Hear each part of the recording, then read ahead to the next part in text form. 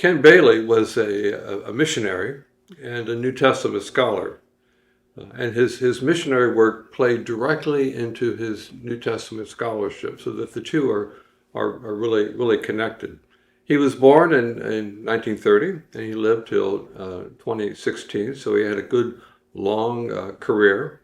And by the early 1990s, he had written 4 groundbreaking books on the parables of Jesus, in which he really had radically reinterpreted the parables, and he became one of the most important scholars of the latter half of the 20th century because of the approach that he took to the parables.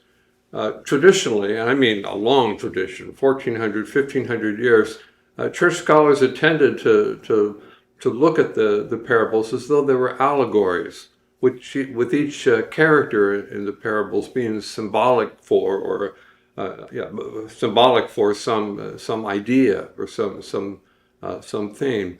And Bailey and other scholars in the 20th century pushed back against that.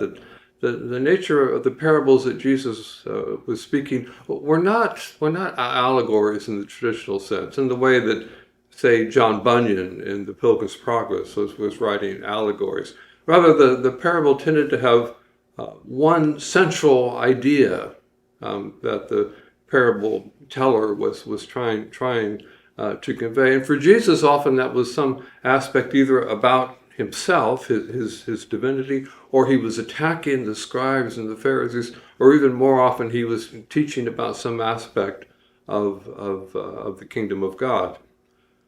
And what Bailey brings to this scholarly discussion is that in order to really understand what Jesus is saying in the parables, we have to root them in the context of the Middle Eastern culture from which he was speaking. Traditionally, parables have been interpreted as though they were universal stories with universal characters in them that anybody could understand, and they weren't rooted in culture at all, or at least not rooted significantly, so that they needed to be interpreted according to culture. And Bailey said, no, in order to really understand what Jesus was teaching, we need to understand the Middle Eastern culture and then interpret his words and his ideas and his themes and the stories that he's telling in the parables through this Middle Eastern cultural context, this milieu in which Jesus lived.